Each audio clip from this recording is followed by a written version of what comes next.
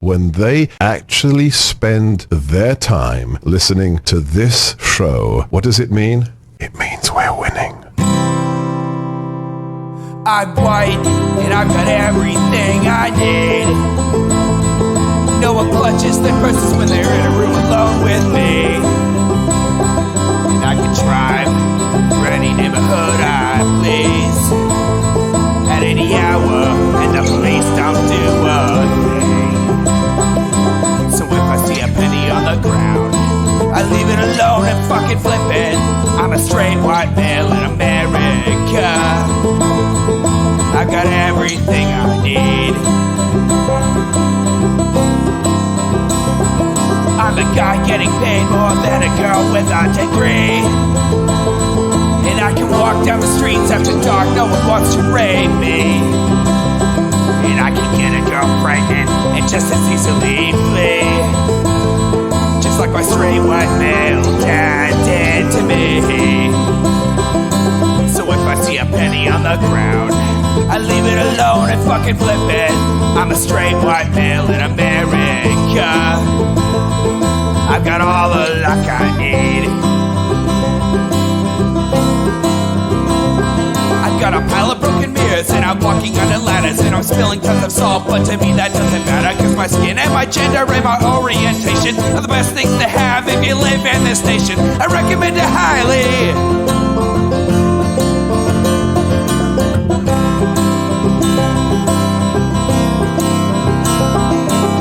If I see a penny on the ground, I leave it alone and fucking flip it.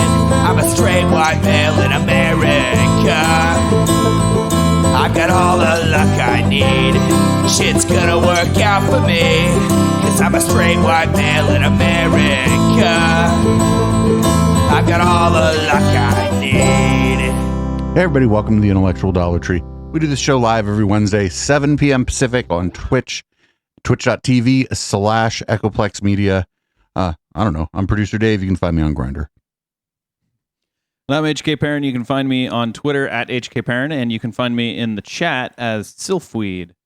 That's also the name of my gaming channel where I like to stream games, and if you want to go follow me over there, you can watch me play games. Fantastic. So, I guess before we get going here, I want to make sure that you probably don't know who Cathy Young is, do you?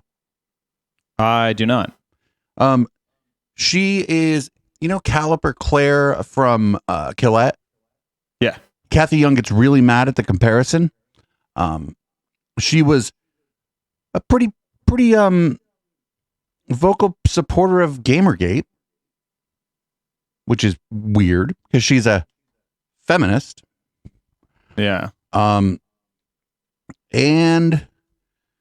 Michael Shermer, being who he is, he's like, oh, this supposed feminist who boosted Gamergate. I'm gonna talk to her. So we haven't done anything on her on this channel, and I fucking can't stand Cathy Young. I fucking cannot stand her. I haven't done any stuff on her, but I do get a little annoyed with people in my anti-IDW sphere.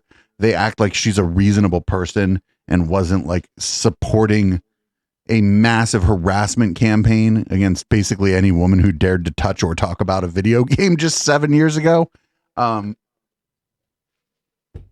She writes for a few publications. You could find on her Twitter who she writes for, but I'm not going to boost her.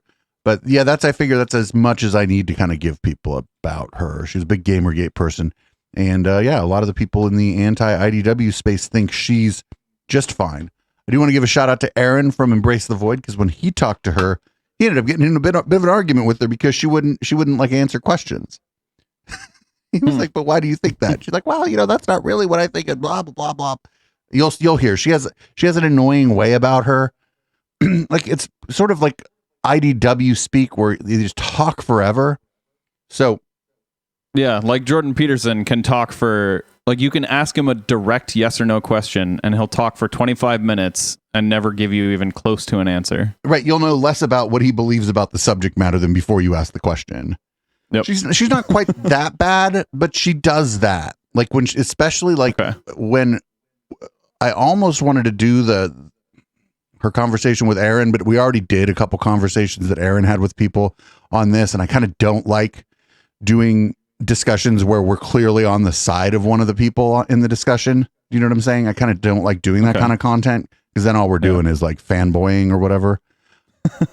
So I chose this instead because it's super recent and because Michael Shermer has just been I don't know what he can do next to like continue to disappoint. Is he just going to have like Jared Taylor or fucking like, is he just going to have on like Viktor Orban? Like, what's he going to do next? Like, how's he going to disappoint us? Dr. Oz, maybe? Anyway, here's The Skeptic. Michael Shermer and Cathy Young.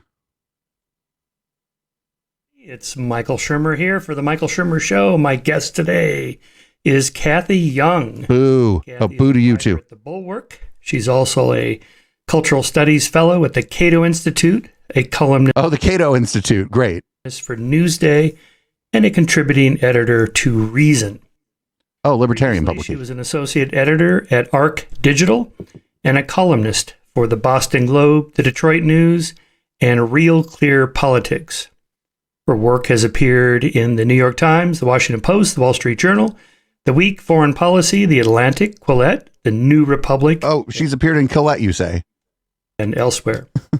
Young was born in Moscow and came to the United States with her family in 1980 and is the author of 2 books, Seize Fire, Why Women and Men Must Join Forces to Achieve True Equality, and Growing Up in Moscow, Memories of a Soviet Girlhood.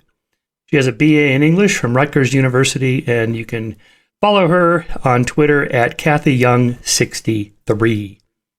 In this conversation, Right, I didn't know that my academic CV was more impressive than Cathy Young's. Oh, that's good. The Russian elephant in the room, Russian culture, Russian history, Putin, what's going on with Ukraine, and what the past can tell us about the future of where we should go from there.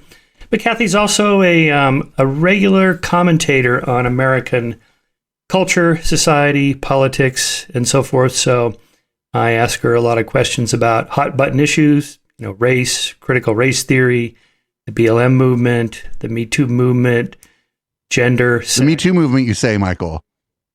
trans, and all of that. Just trans? And I asked her about, trans and all of that.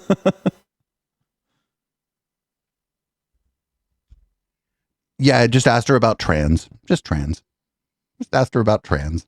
She's a very insightful, thoughtful person. I like her because I don't get the sense from her that she's committed to either political side, left or right, conservative or liberal.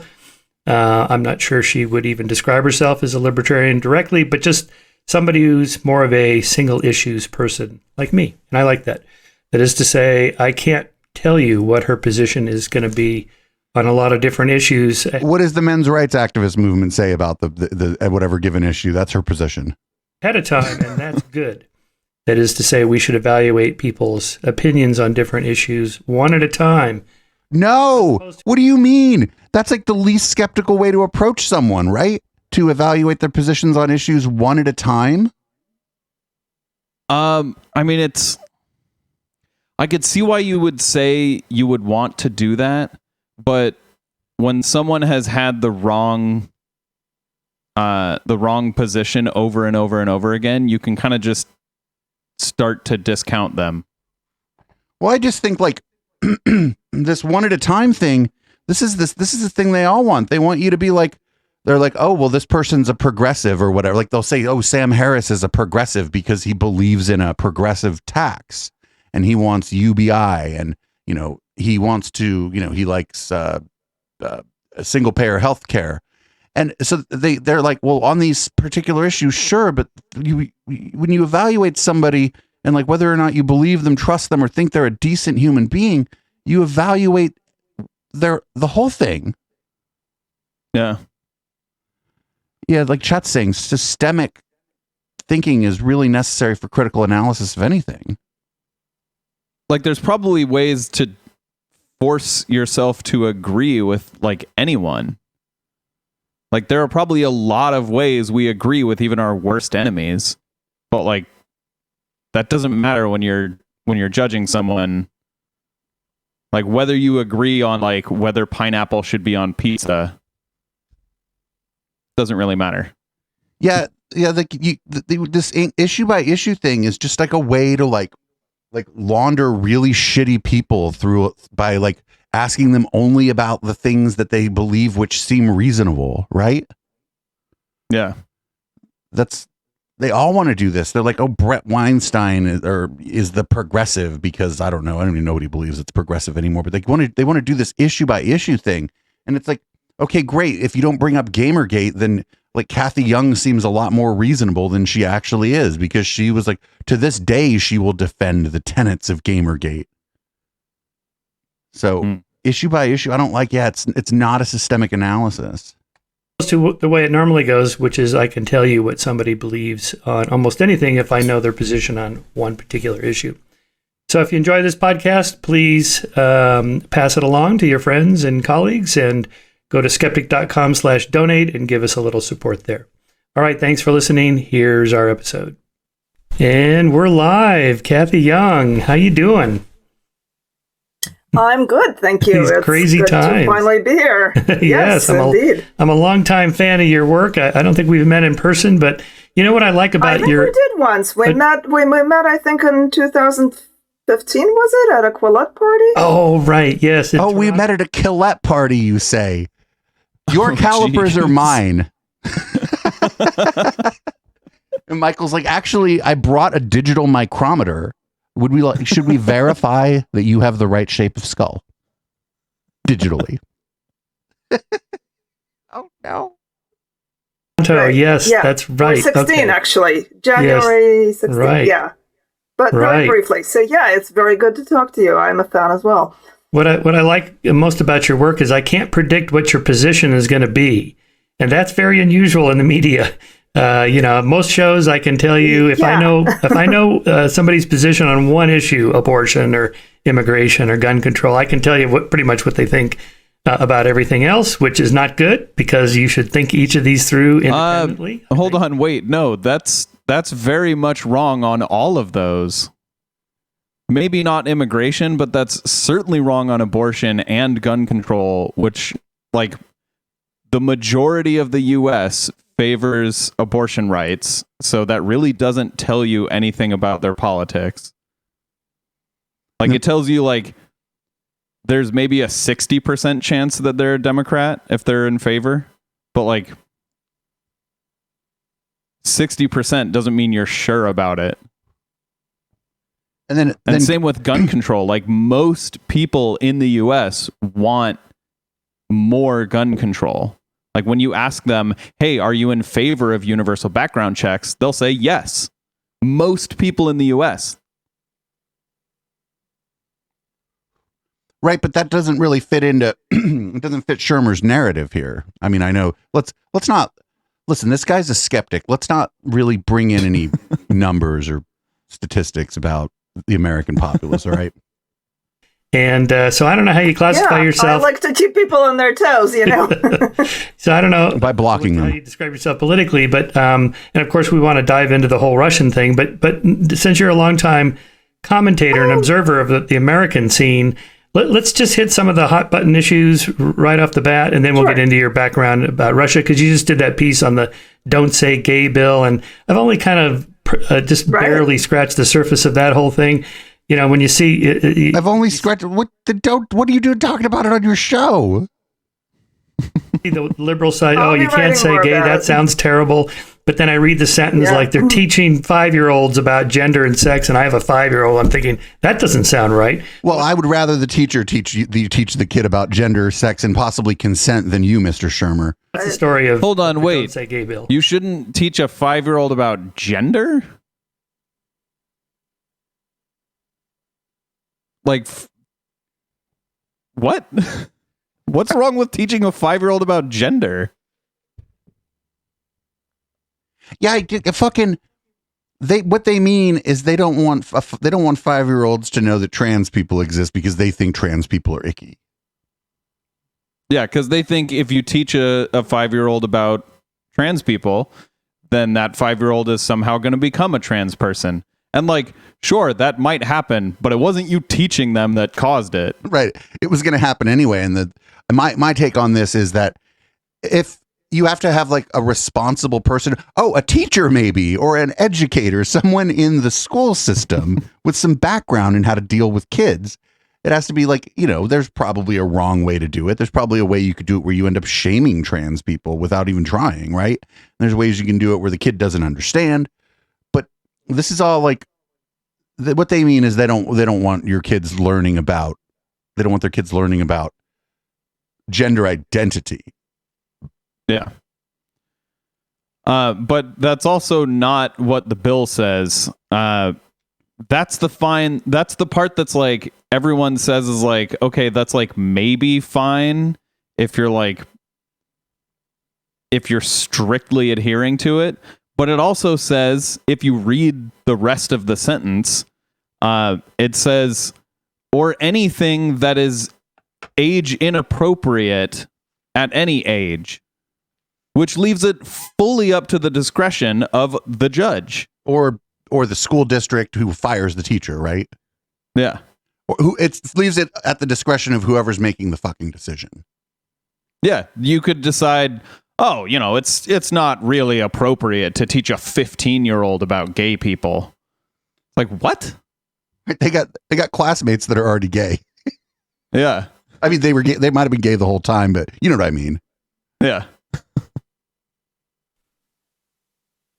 Oh, well, how much time have you got? She's like, how much bigotry could how much time are you going to let me spew bigotry about trans people and lie about trans youth on your show? No, I mean, I think that this is a classic thing where there are actually some good points on both sides, but it's almost become a dirty word to say both sides because we have this word, both sidism.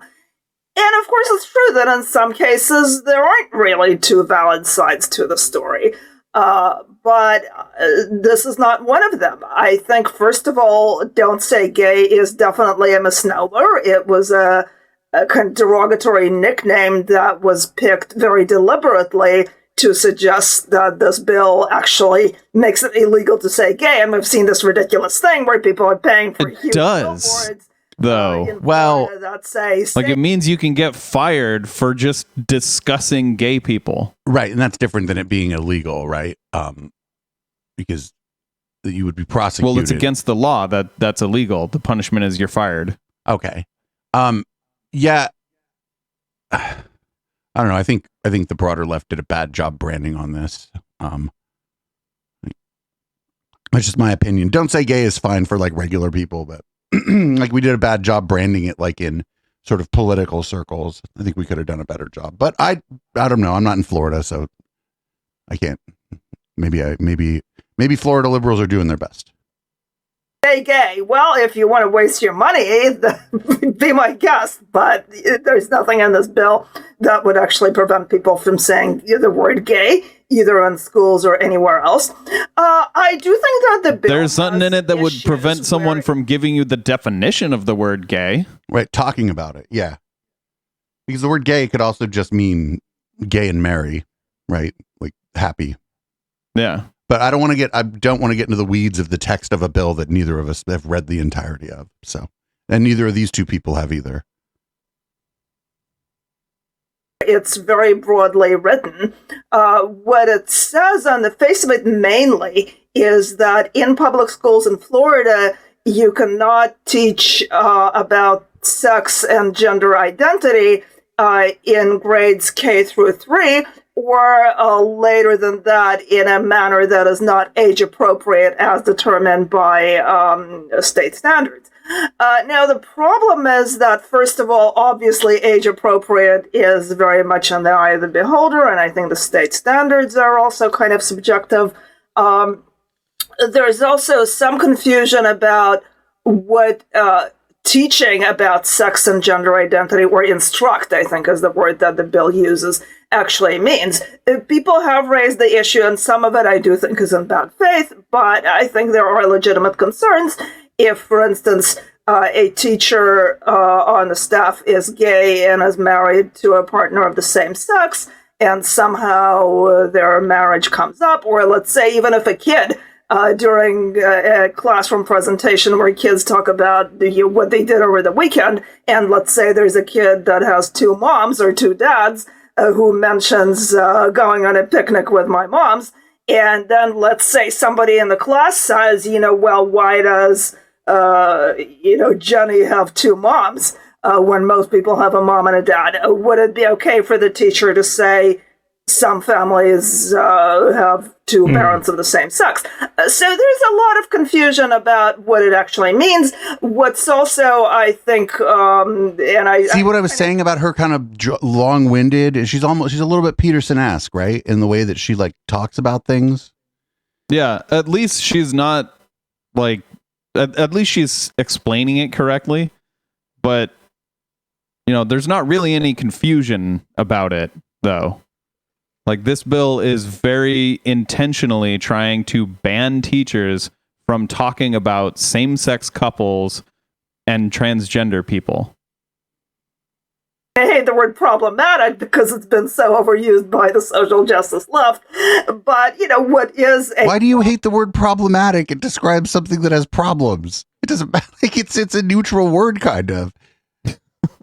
It's fraught with issues, you could say.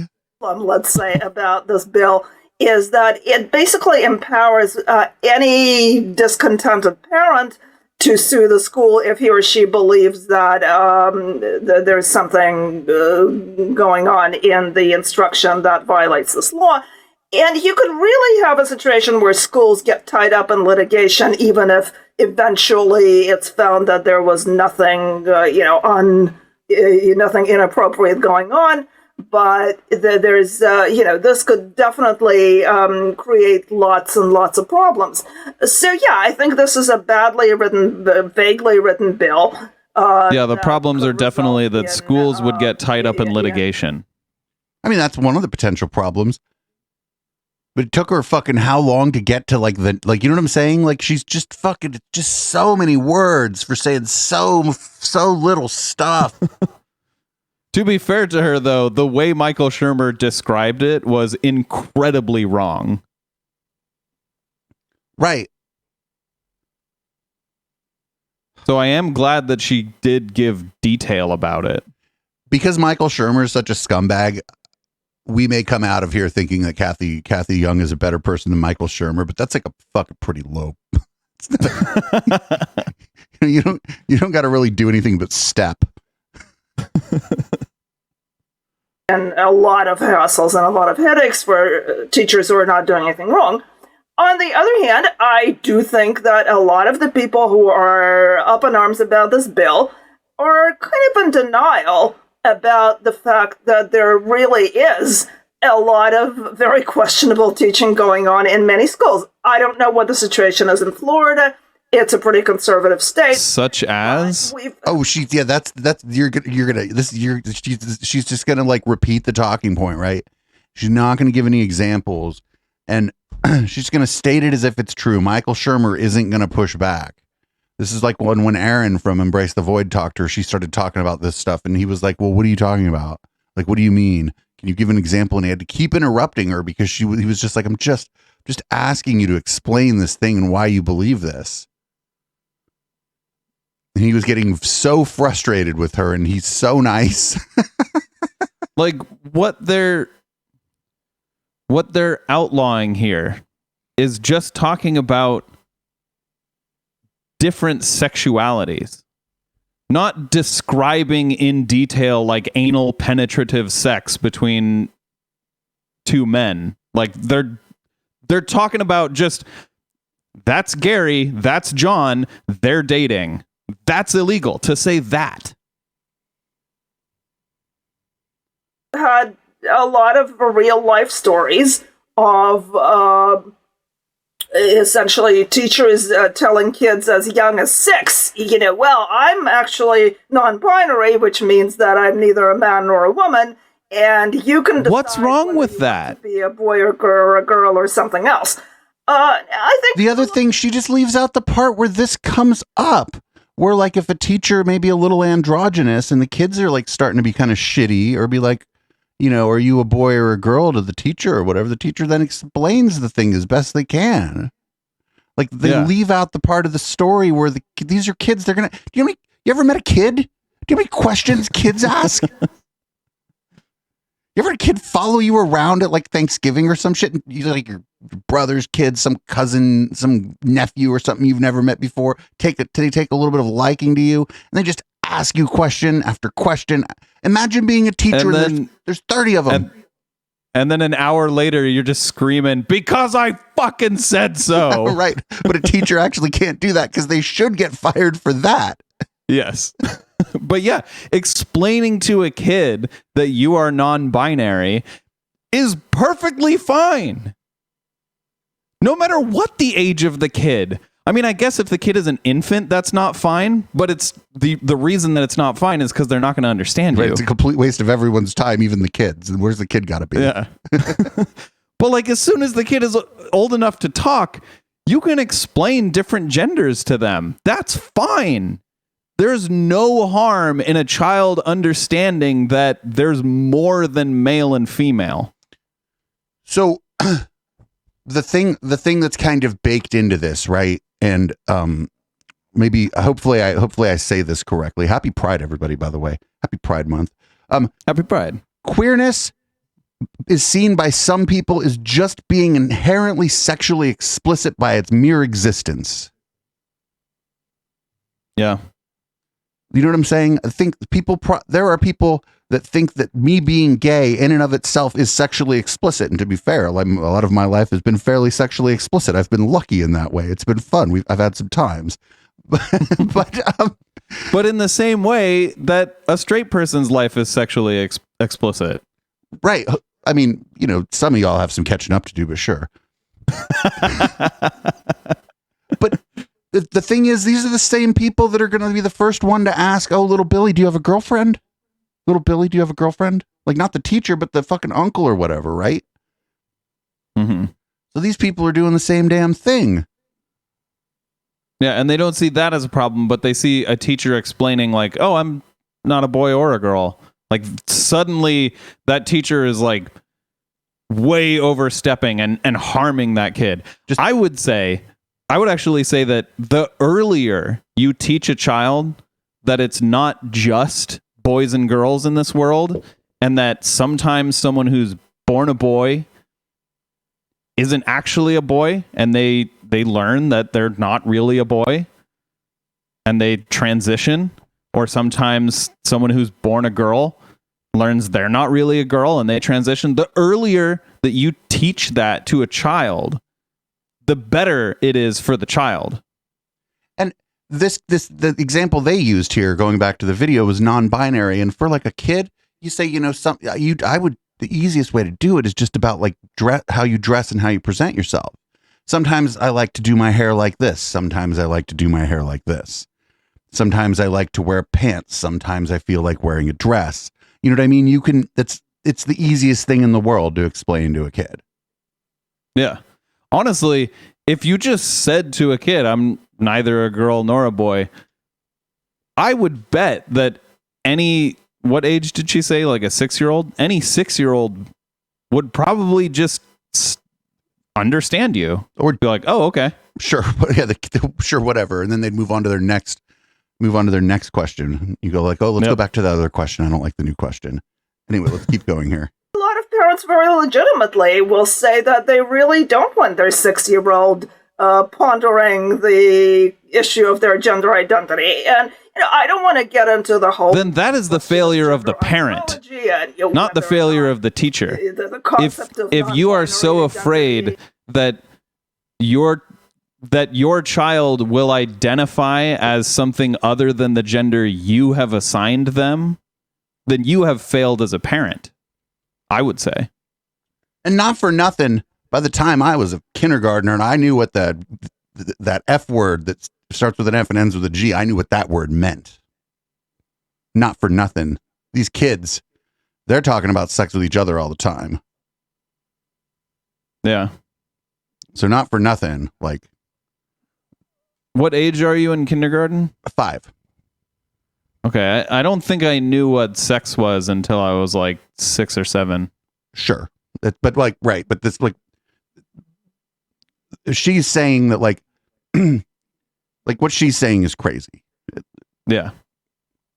Is something real or just this, social justice fad. But I think these concepts are so complicated and kind of messy and often incoherent that I think most adults will not be able to think it through. And I think, people have Maybe not you, Cathy. concern, and this has even come up recently in New Jersey, where there's a bill being debated.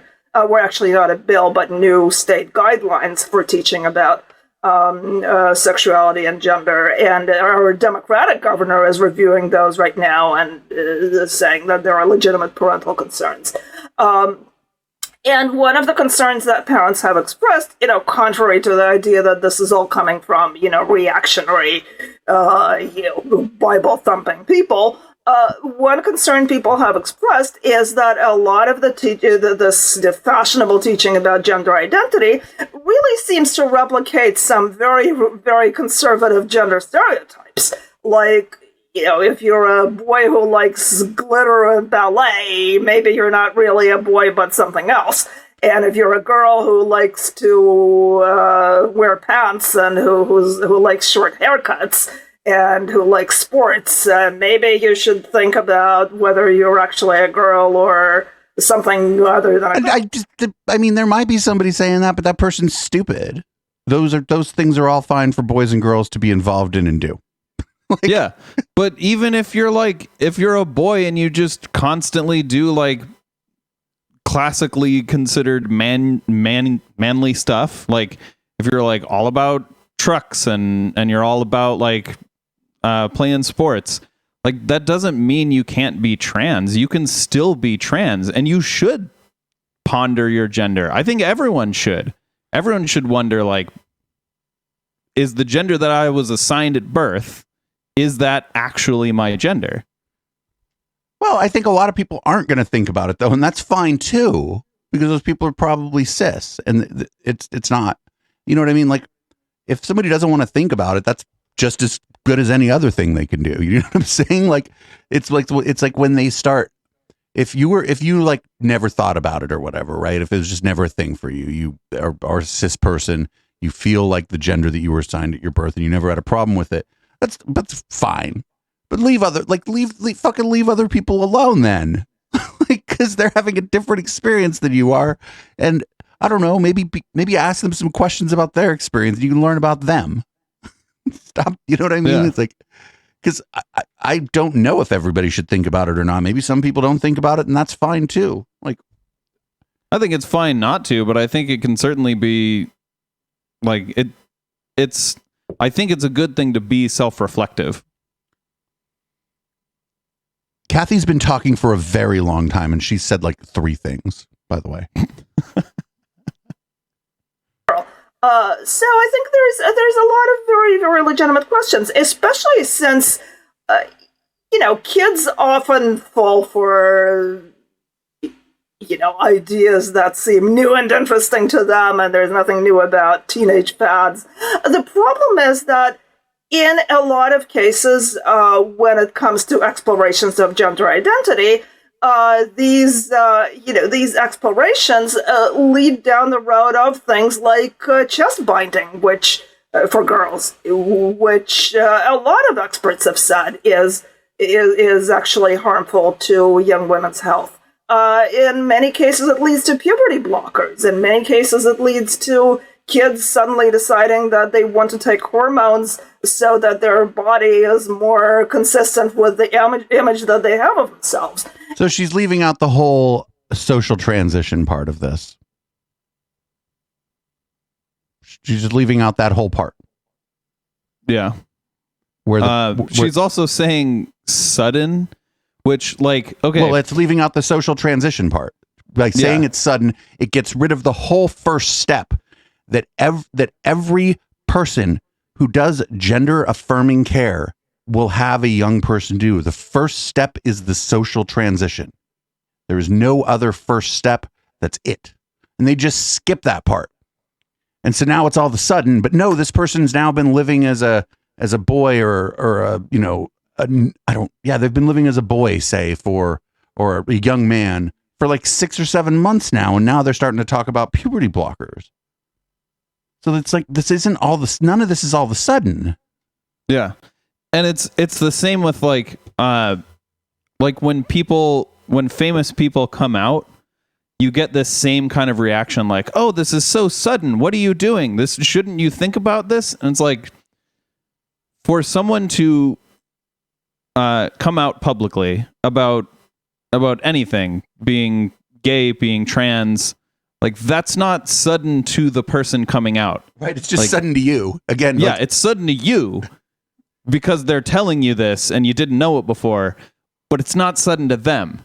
Again, they've it's like known it for a long time at that point. Right. Again, it's like this hetero cis person centering their own experience about this person, this celebrity, right? They're like, this is sudden to me, so it must be sudden. It's like, well, no, what do you think they did fucking think about this? What do you, like, come on. Like, do you think other people don't have agency? Yeah. Like when Elliot Page came out on Twitter, God, going through the replies to his tweet about transitioning was like every single, like you had a bunch of people, luckily the majority, were cool. saying, yeah, congratulations, this is awesome, great to see you're happy. And then you had a bunch of other people going like, oh, but I knew you for so, you know, I've watched all your movies. This is so sudden. Why are you doing this so suddenly? You should think about this. It's like, what do you think he's been feeling for the last like his entire life? It never occurred to this person before, like just 15 minutes ago, actually, right before this tweet. they might in fact be trans. Get the fuck out of here. Oh, here, hold on. Here's Michael Shermer going to thumb through a book. Here we go. This is great. Yeah, these are really, I really think it's kind of crazy for 14 and 15-year-olds in some cases to make these decisions. And it's interesting because a lot of progressives who get involved in these arguments and will argue very heatedly will say things like, well, of course no minor is getting, no underage girls are getting chest surgery. And then you can actually look at studies which show that in one population that they surveyed of something like 150 transgender teens, or teens who identify as transgender, something like 20% of the biological females had actually had a mastectomy before the age of 18. And I think of those. But there's a study, something like, you see how vague this all is? She's kind of right though in a very bad way that she's right. No young girls are having chest surgery. Yeah, that's it. Yeah. But like if you like whatever she said there, she can walk it the fuck back later because she didn't tell you anything, right? She told you that she considers these people girls. Well, hold on. The thing that clearly boys. The thing that she, more importantly, the thing that she just thinks that she said, I'm not going to get like, she can walk it back later anyway because she didn't tell you anything. She said, oh, there have been studies. I think there was one where they did like a survey sample size of, I don't know, like 120. She kept putting in like and kind of, and something like 20% of them had said that they had chest surgery before they were 18. You know what I'm saying? So if we like, if somehow we find the study she's talking about, and then it asks these, then the question is like, did you have chest surgery while you were a teenager? Well, then she can walk it back. She go, oh, I don't remember that part, right? Because a teenager includes 2 years where you're an adult. Mm-hmm. So I'm just telling you, I don't know that maybe the study doesn't even exist, but like, I hate when people do this. That's why I'm not like, oh, I have a study I'm going to cite. First of all, it's one study. What am I, the fucking study tea leaves reader? No. So like, no, this one study shit is bullshit anyway. And it's also it's taking agency away from the parents, which, you know, she seems to be so worried about these parents of 6-year-olds, you know, who are being told about different gender identities by their teachers. But it's like taking agency away from the parents, because maybe the parents had a conversation with their son and were like, all right, so we would like you to feel good in your body. What do we need to do to allow that? And the son was like, I want these tits off me. Can you help with that? And like, if the parents and the kid both agree, and the doctor obviously, then I don't see a problem with that. I don't see a problem with a 17-year-old getting a mastectomy because their body has secondary sexual characteristics that they don't want. So, like, to kind of wrap that, to button that up, you're saying she's taking the side of the parents when the parents are taking her side. Yeah. That's she used a lot of words. It took her a long time to get here, let me tell you. 10% of the total had chest surgery prior to the age of 15, or at least at 15 or younger. And I think there are very legitimate reasons to be concerned about what is happening in the schools. But what study are you talking about? Kids to get on this path, and I think there's it's also, you know why like a lot of these people might need chest surgery is they didn't get puberty blockers. So like she's railing against the solution, and then she's railing against the solution to not having the solution. So I also think she's just fucking making this up. Yeah, could be that too. I'm not saying that this isn't a thing that happens. What I'm saying, I think she's making it up because it's just like, oh, there's a study, and it's just all so fucking vague.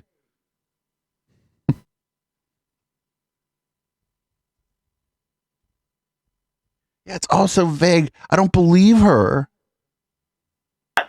This bigoted backlash against LGBT rights. So I think the subject is enormously complicated, and I think a lot of people don't realize, for instance, that there are very real tensions right now between the gay community, the kind of more traditional quote-unquote gay community. Oh, the moderate gays again. We're back to the moderate gays. The traditional gays. we drive a. We have a new term, the traditional gays. Remember the moderate gays? The moderate gays. They just want to go to Pride to see some ass, right? They don't want to have it be about black trans rights, which is what the fucking the moderate gays and the traditional gays. I mean, we've gotten to the point where, you know, just regular gays are traditional, and just regular gays. What the fuck? I think she the means regular, traditional, moderate gays. I think she means me, right? Like, you know, very cis presenting. Maybe you wouldn't be able to tell I was gay until you talked to me for a few minutes. That kind of stuff. I think that's what she means. She means, I think so. People who are fairly heteronormative presenting. That's what she's talking about when she says traditional gays. And I don't know if the reason I do that is because I came up during a time when maybe that was a smart thing for me to do. I don't know. You know, our minds are pretty complicated, and we don't know why we did what we did when we were kids. Traditional gays, the regular gays, the Subaru lesbians are pissed. The gays, they used to drive, the gay men, they used to all have a Volkswagen Jetta. Now some of them have purchased a GTI and everybody mad. Got a GTI and got a trans friend and everybody pissed. Or the sort of gender identity community where, you know, you have this notion, for instance, that it's actually bigoted to, if you're a gay male, to not be sexually attracted to a transgender man who has female genitalia. No. We don't. That is not bigoted. You can Nobody thinks that's bigoted. You can prefer a penis or a vagina and not be a bigot. Yep. You shouldn't treat someone differently, like as a human, because of their genitals. Right. There's just people who really like a certain sex act, right? Like people that love giving head. And so in that case, maybe it's the part it's just so complicated, and you could totally like people with penises and not be a bigot. You can be sexually attracted to a penis and not be a bigot, actually. You could still be totally nice to trans men too. Mm-hmm. Oh, and Yeah, they do this shit all the time. They were doing it with Muslims. Now they're doing it with trans people. They're fucking using my queer identity as a fucking prop in their bigoted crusade. Again. Remember when they were doing it with the Muslims? When they're like, oh yeah, the Muslims want to throw you off the roof. I'm like, the Muslims in my neighborhood want to do what? They're like, oh no, the ones in Saudi Arabia. I'm like, well, good thing we don't live in Saudi Arabia. That sucks for the gay people there. But like, they're doing it again.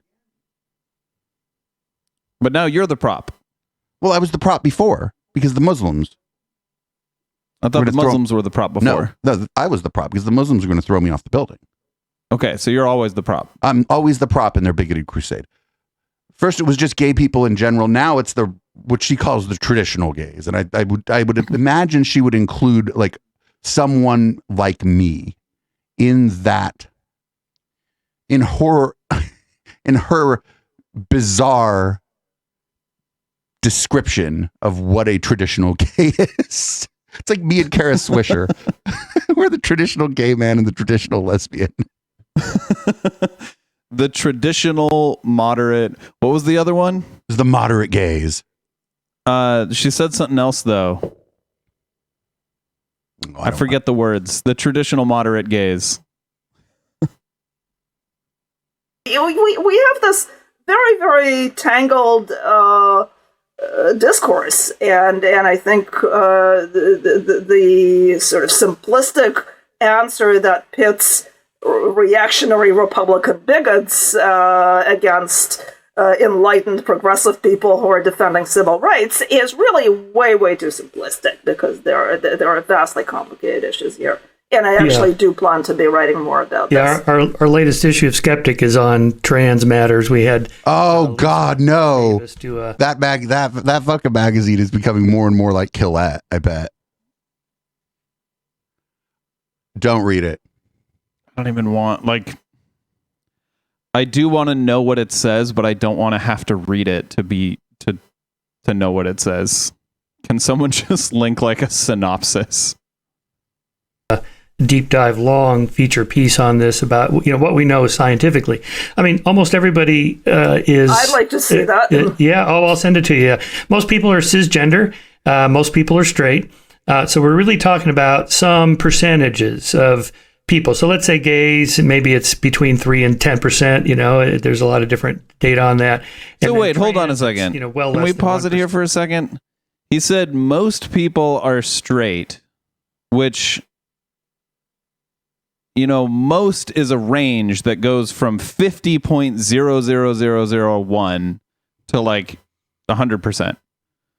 And I think that range is a lot closer to 50 than he thinks it is. I can almost guarantee that he thinks it's much closer to 100%. Because I think most people are not like perfectly straight. These are HK. When people are polled, the maximum number that identify as gay and bi has generally been like 10 or 12%. This is self-reporting, and maybe people who maybe identify, sociologists and psychologists might agree with you, but when people are polled, it's less. It's like 10% of people are gay or bi. That's just what the polling says. So if something's self-reported like that, what are you going to do? All right, fair enough. But he is making it sound like it's like just 5 people in the world, and it's not. It's like a significant part of the population. Yes. Percent, maybe 0.5%. Although again, the studies are so new, and there's so few studies on these. And then there's this gender dysphoria, where it happens at a young age, where somebody, says, I always felt that way. since a young age. And then you have the teenage phenomenon, which is much more recent. Like it's kind of a trend in the classroom to be trans, not to be man or woman, but to be trans. Like the example I had a student a couple of years ago who announced during the middle of the semester she wanted to be a he. She changed her name. She started wearing men's clothes, cut her hair, and so forth.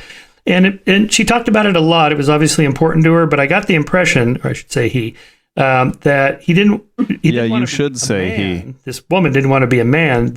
She wanted to be trans because trans was kind of the trendy, cool thing. Right. Wait, is he a high school teacher?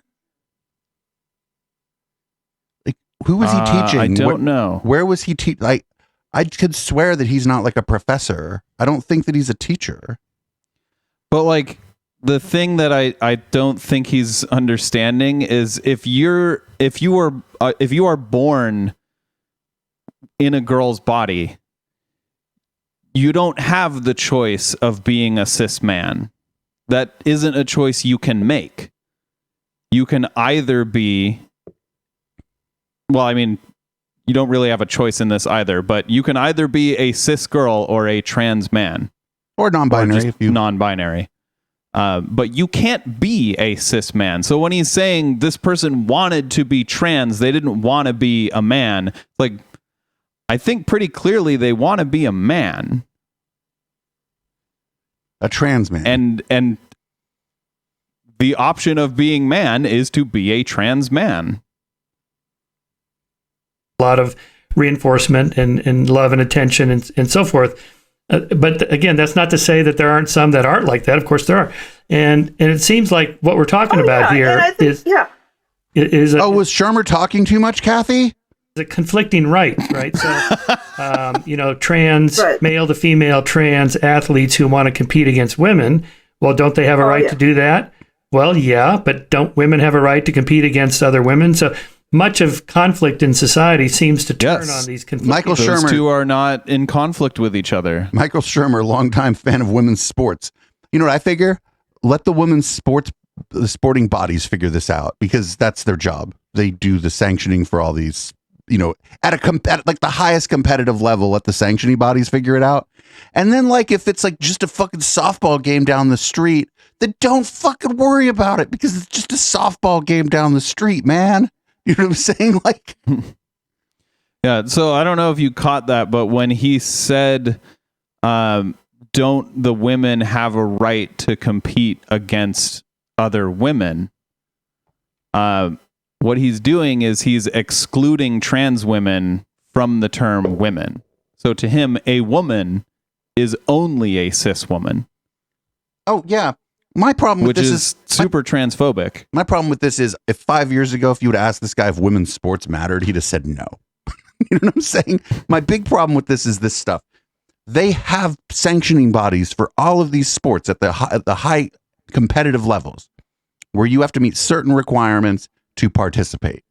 Some of those requirements are fair. Some of them are not. The people who can meet those requirements can participate.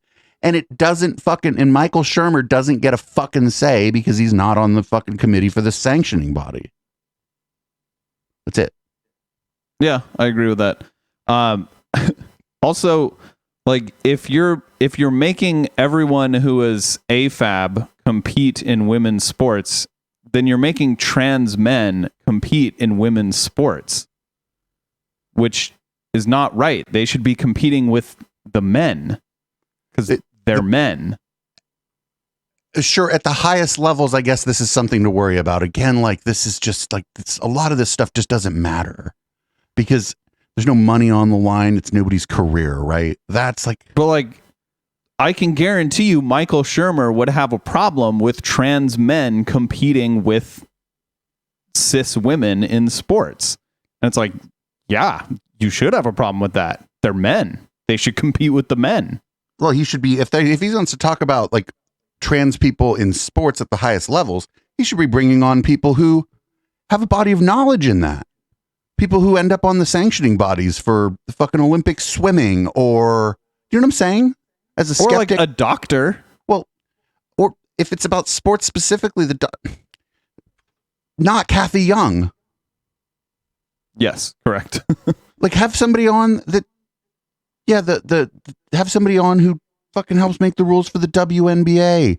You know what I'm saying? Like, Yeah, someone who's in like specifically sports medicine, who understands what happens to a body when you transition, or just what the fucking requirements are, so that they can tell them what the requirements are and why those requirements are in place. Like, again, like these people don't like. Again, I feel like women in athletics are now a prop in their crusade. Yep, you are correct. Rights. And, my favorite quote from Thomas Sowell is, there are no solutions. There's just compromises. Life is filled with these compromises. You can't have everything. Yeah, that's yeah. And I will tell you, I have seen people on the right who take a very dogmatic position. Oh, there's no such thing as trans. It's really just mental illness, all of it. And it's completely impossible that a 5-year-old child would actually have gender dysphoria.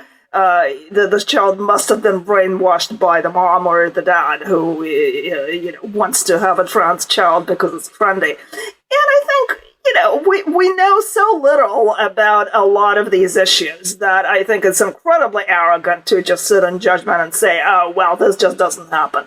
So she's like only the position further to the right, the only one she's going to disagree with is going to be like the most radical position held by the fewest people on the right. Yep.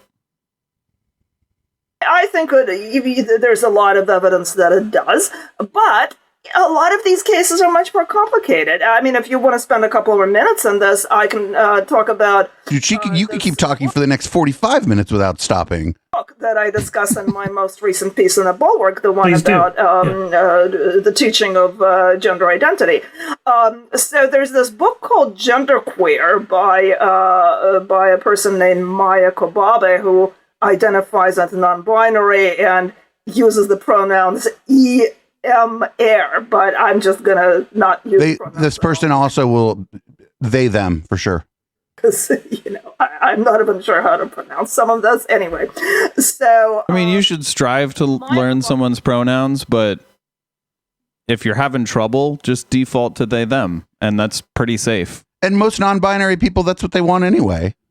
Yeah, I think a lot of these like that list of like 70 some pronouns or whatever, I wouldn't be surprised if fucking somebody made that up to like discredit like the genderqueer movement. Probably.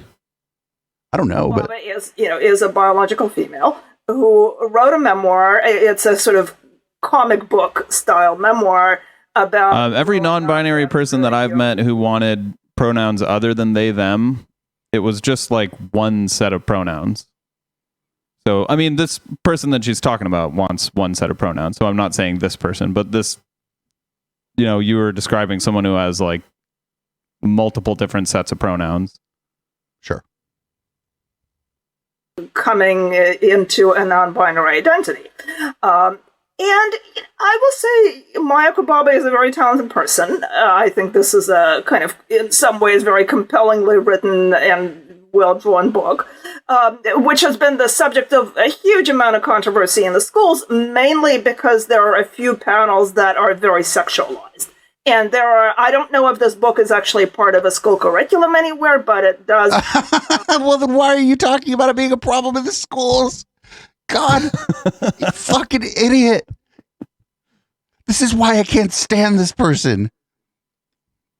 She like walks right up to the fucking brink of saying something and then doesn't say anything and then goes back and keeps talking.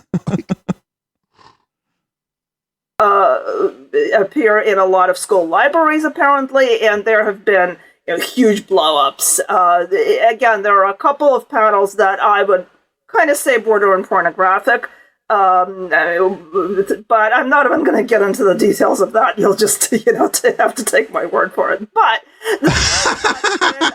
I decided to actually check out this book, which is available on Kindle. And actually, if you're an Amazon Prime member, I think it's actually available for free on Kindle right now, so you can go and check it out if you're curious. And I decided to see, what is this fuss all about? And I actually felt by the time I was done with this book that the sexually graphic panels were kind of the least of its problems, because the thing that really disturbed me is that the author talks, again, very compellingly about growing up sort of socially isolated. The parents were these sort of hippies who didn't quite fit into society. And, Maya hadn't even really socialized with too many other kids by the time of starting first grade. Didn't know a lot of the social rules as a very, very socially awkward child. Doesn't know, for instance, that there's a social expectation that girls on the beach will wear a top even if they don't have breasts yet, and is kind of, confused and shocked when the class goes out to the beach together and the teacher tells Maya to wear a top. The teacher's an asshole.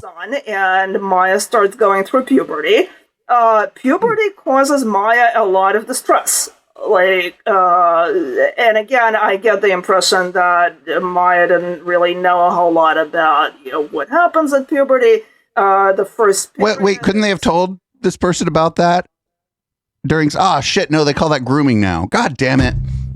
Yeah, it really feels like the school failed this person. Possibly the parents too, if the parents didn't give them any information about sex and sexuality with the school not doing it. You know what I'm saying? Also, arguably, I don't think that is the parents' job. If the school's not doing it, it should be the parents' job, but that should be the school's job to teach you about puberty and, it's sex ed. It's a class. And what she's describing, I haven't read this book, but this book sounds like a person's memoir almost. Like a person, this was my experience, right? Yeah, and I don't really see anything troubling about this experience. I mean, other than it sucks that this person had to go through some shitty things. Right, they didn't get the support they needed. Yeah. But I'm confused about what her issue is with this. So I guess let's hear her out. If she ever fucking finishes. Source of sort of intense anguish. And Maya describes again, sort of very compellingly, wearing a pad for such a long time that it became all kind of crusted and, disgusting. Because going to the bathroom was such a source of anguish, and Maya just, has a horribly humiliating experience when the blood, seeps through and shows up on the pants. And, so basically menstruation in the female body just becomes a source of really intense distress. No. Yeah, absolutely. This person was denied sexual education. Absolutely. This person was 100%. The gender identity stuff aside, this person was clearly denied even the most basic sex education. Yep. Later, when Maya starts getting breasts, and there is absolutely no indication anywhere that anyone tries to, deal with this through counseling, which would seem to be, inappropriate. I don't even think she needed counseling. Somebody just needed to explain 5 things to her. She was a her at the time, I guess. They just needed someone. See, I'm using Cathy's language there. Oops. They just needed someone to explain to them what was going on with their body. Yeah. Yeah, they definitely needed to know what was coming. This is what you should expect your body to do when you reach puberty. I feel like it's not controversial that everyone be taught that, right? Right. I don't know what's going on with this person's parents. I don't know what was going on at the school, but it sounds like a lot of adults failed this person. Yeah.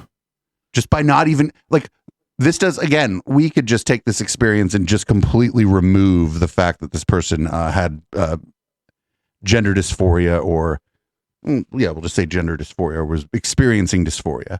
Just the whole rest of it is terrible. Yeah. Just the whole rest of it. It's really not that uncommon, I think, for children, and especially girls at puberty, to have these very confused and negative feelings about their changing body. And, a lot of the time it is a source of kind of shame, embarrassment, anguish, etc. I mean, I think I remember reading that something like 60% of adolescent girls at various times feel, shame and, distress about menstruation. Well, we need to do something about that. Yeah. How about we start with better sex ed? Right. To be like, hey, there's nothing wrong with you. Almost everyone with a vagina experiences this. Yeah. But like,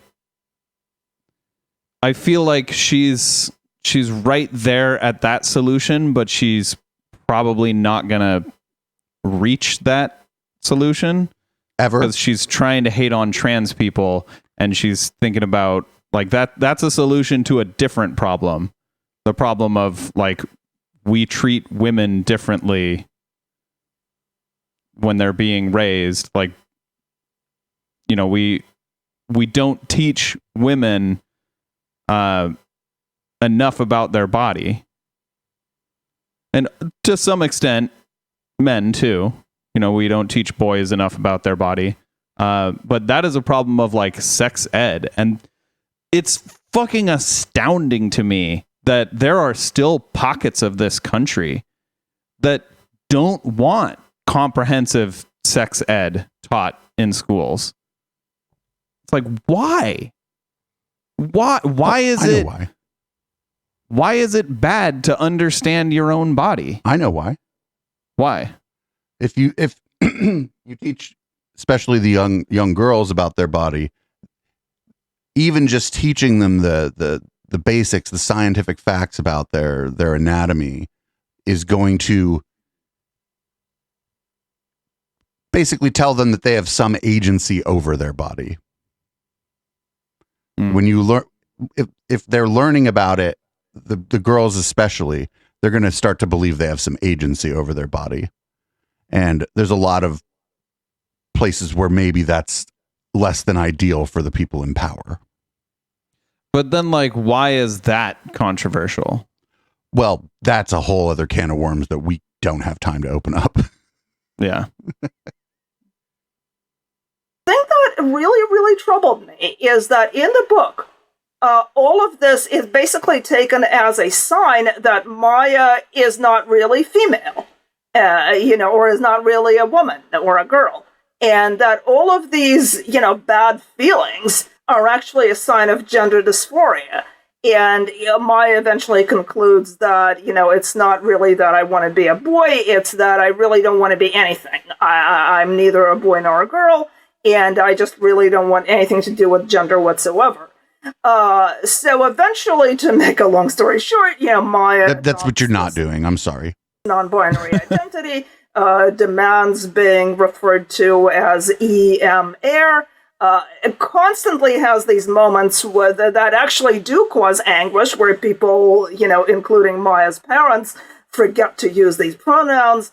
And what's also interesting is that Maya actually says, being referred to as she didn't used to bother me, but now it does. And every time I hear the word she in reference to myself, it's almost like being punched in the stomach.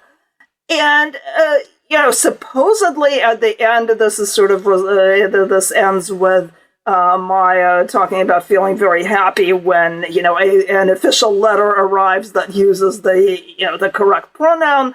But at the same time, it doesn't really even seem to alleviate the dysphoria, because Maya talks about still having, horrible nightmares that have to do with periods, and, having nightmares about bleeding profusely and, in a public restroom where everyone can see.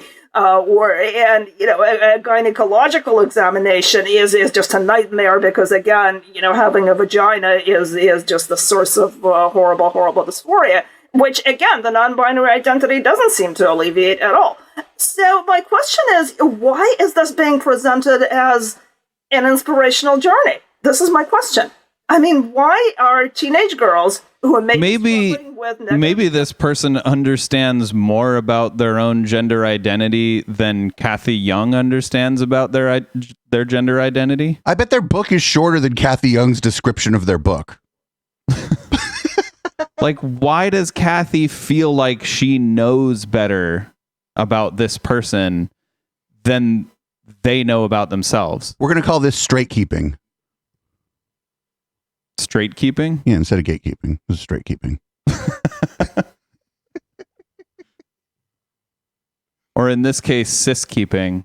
Like, is it wrong that this person doesn't identify as male or female? Like, is that what Cathy's getting at? That this is wrong? She didn't say that. She said a lot of words, but she didn't say that. Probably, yeah. I mean, she has a problem with it being presented as an inspirational journey. Well, Like, a journey of self-discovery that ends with the person being content with their identity is right, but inspirational. But Cathy's not the target audience. It's not. I feel like she should be. Maybe she should fucking listen to some more people. Right, but it's not going to inspire her. She's like already made up her mind. She's clearly not the target audience. I don't know enough about the book in question, and now that Cathy described it, I think I know less about it. But Yeah. Feelings about their bodies and about puberty. Why are they being encouraged to read a book which, completely leaving aside the sexually graphic material, which I also kind of think is inappropriate for being in a public school? But, if I wonder what the sexually graphic part is. This is not a book that I would want her to read, because it's kind of like, if you're confused about your body, and if, you feel embarrassed about menstruating, and, you're terribly worried that blood may seep through and, people may see a blood stain on your pants. Maybe you should think about what your gender really is, and so on. And I just really don't understand why this is considered progressive, because to me, it's almost I don't think that was the point of the book, Cathy. Feminism was supposed to be about embracing female identity and saying, I can be a woman and I can still be an autonomous, strong, independent person. Now it's kind of like, well, if you feel really icky about your period, you should consider whether or not you're actually a woman. So I just think that... Oh, Shermer almost got a word in. Did you see that? Very problematic path here. Yeah, also confusing who you identify as and who you're attracted to. So Andrew Sullivan makes his point in... Okay, so pause it for a second. What the fuck are they so scared about? That someone is going to, realize that they're trans, or someone's going to be tricked into them being, what are they scared that telling someone to think about, whether they are currently identifying as the right gender? Do they think that people shouldn't be encouraged to reflect on themselves? And I just think they have the car going the wrong way. I think this book is probably recommended to kids, maybe when an adult doesn't know how to talk to them about it, like teenagers or whatever, The adult's like, hey, this is not my area of expertise. Let's say there was a little girl who had these same feelings, the ones, particularly just the ones she's describing about being grossed out by her own period. She reads the book and she doesn't identify with the character.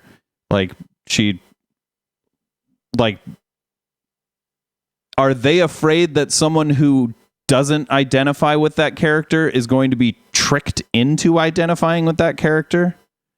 And falsely coming to the conclusion that they are non-binary? I think the premise here is that the schools are just handing this fucking particular book out like it's candy. You know what I'm saying? Even if that were true, why is that an issue? It wouldn't be, but it's also false. I just telling you, I think it's when teachers or other adults don't know how to talk about these things is when... I feel like it goes back to that same old thing about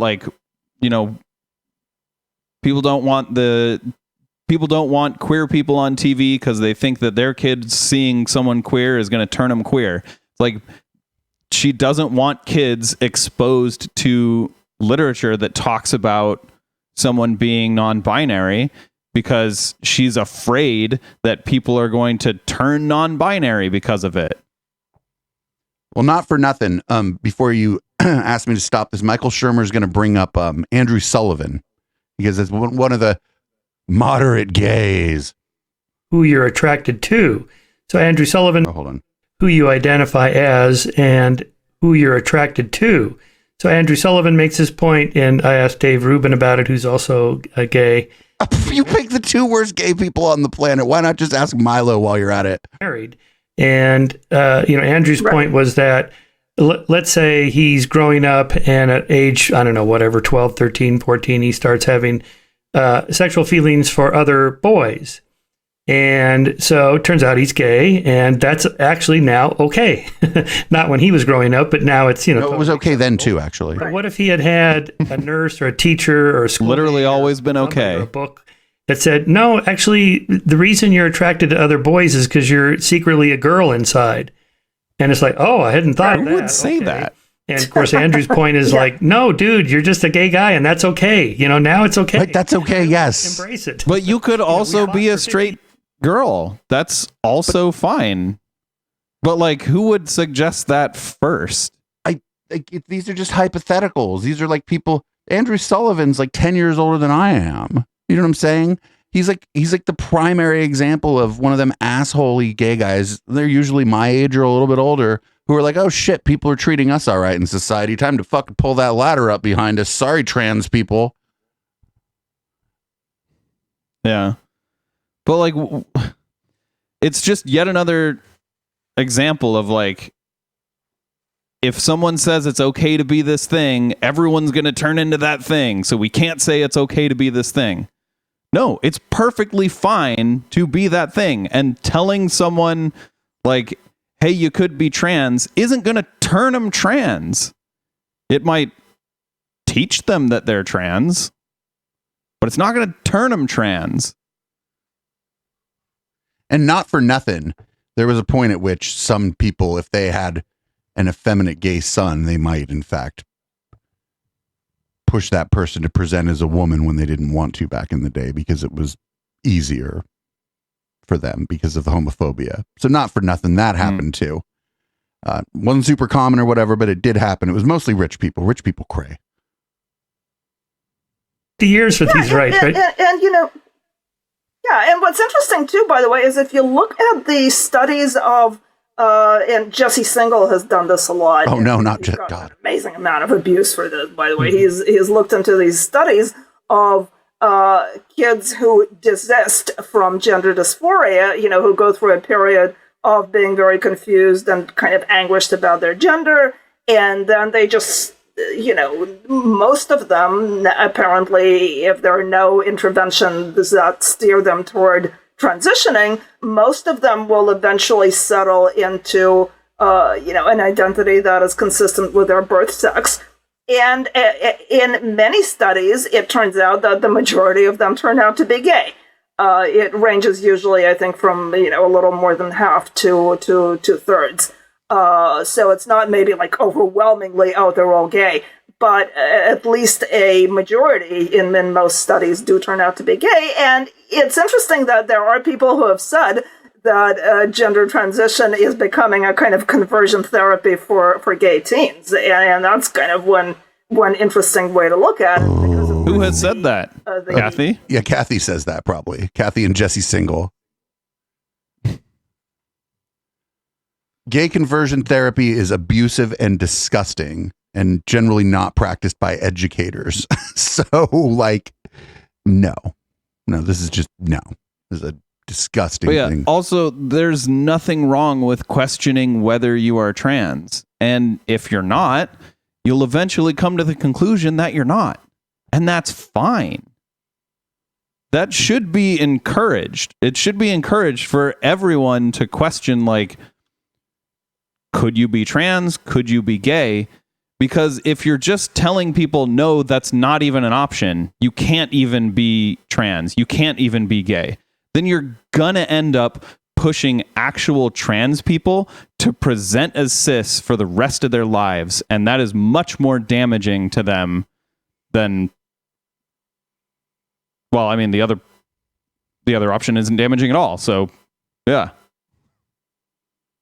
The kind of the progressive argument is that it's conversion therapy if you give any sort of counseling to a gender conflicted teen that encourages him or her to settle into the identity consistent with their birth sex. Okay, so here we go again. A good counselor isn't going to isn't going to really be pushing. A good therapist, psychologist, whoever you're going to see, they're not really going to be pushing in any kind of direction. They're supposed to be there to help you work out your feelings, ask questions that you might need to ask yourself, that you might need to answer, that you might not be able to answer right away, but they're not there. If you take your gay or trans kid to a therapist and that therapist tries to push them away from being gay or trans, yeah, they're trying to do conversion therapy. Yes. Yep. That person is supposed to be there as an advocate and a sounding board for their patient or their client. They're not supposed to push anybody in any direction, actually. So again, I think, I don't want to say that there is no such thing as transgender kids or transgender teens. I think there's a lot that we still don't really understand about the brain and gender identity. And its sex differences. I feel like she really does want to say that because she's been alluding to it this entire time. Brain. Obviously, most studies will tell you that there's a great deal of overlap, although there are certain tendencies and certain differences. So I think, again, we don't really understand a lot of this, but I think it would really be good to remember that we don't understand a lot of this and not. Yes, it would, Cathy, and I figured we gotta cut this podcast part somewhere. So I have a couple things just to say kind of here. I've looked into what child development specialists have to say about this. They're pretty strong consensus that gender affirming care is the best method, the best thing to do if you have a child that comes to you that believes they are trans, non-binary, to just affirm their gender is the best thing to do. I'm not a child development specialist, but I figure the people who spend a lot of time studying child development know what the fuck they're talking about. And if they turn out to be wrong, they'll correct their view later. So these are two supposedly skeptical people, supposed science communicators, arguing against the consensus among experts in a field that they don't know anything about.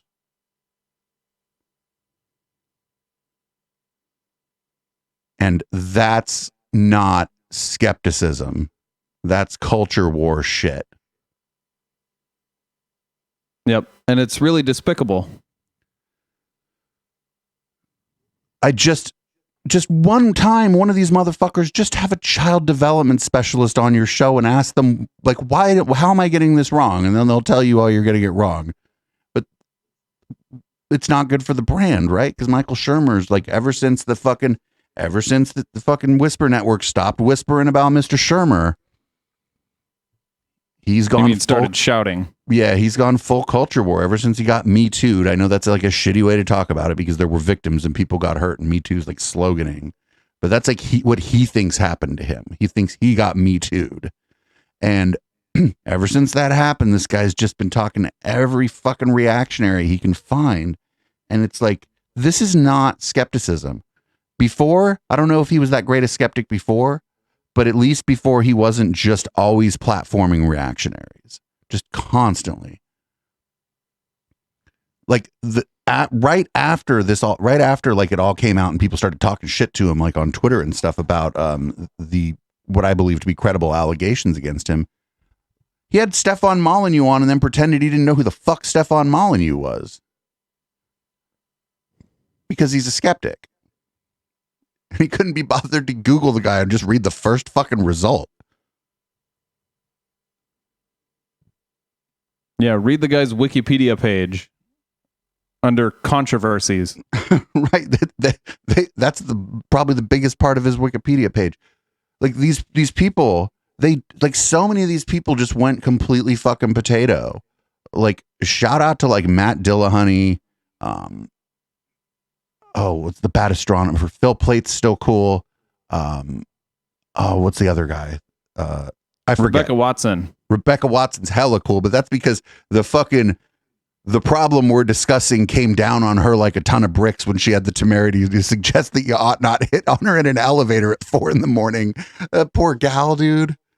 Just the whole weight of all these people came down on her, and she was like, "Don't hit on me in the elevator at 4 a.m." Steve Shives, I don't know if he so much came out of the skeptic movement, or I wasn't so aware of him. PZ Myers still hella cool. I guess. All the Skeptics Guide people, they're cool. The novellas, to the extent that they have anything to say about these issues, they're in line with the scientific consensus. And science-based medicine does have some good stuff, good articles about trans people, young people. And I haven't really heard like their opinions on any of these subjects, but Ross and Carrie have never. Well, they didn't. I mean, they came along a little later, you know. Yeah, true. But all the rest of these people, they're all dickbags. All the real popular ones are dickbags. That's it. Yep. Fucking dickbags. That's what happens when your movement is basically at the top of your movement. It's all a fucking white boys club, right? White upper middle class and higher boys club at the top of the atheist and skeptic movement.